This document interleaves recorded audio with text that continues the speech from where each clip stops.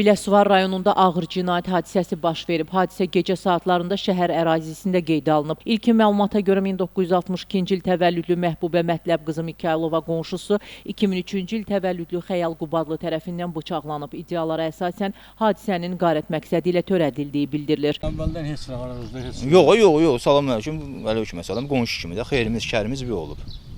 Sonra onda eşitdim ki. Onda gəlin dedi, alnının başını kəsiblər. Mən də öz maşınımla aparıb çatmışam xəstəxanaya. Məlumata görə qadına 20-dən artıq bıçaq zərbəsi endirilib. Bildirilir ki, Məhbubə Mikaylova həmin ünvanda yaşamasa da oğlunun evinə qonaq gəlibmiş. Onun 2 oğlu yanaşı evlərdə yaşayır. Hadisəni törətməkdə şübhəli bilinən şəxs isə onların üzbəüz qonşusudur. İlkin ehtimallara görə evə daxil olan şəxs qadın tərəfindən tanındığını başa düşdükdən sonra ona hücum edib.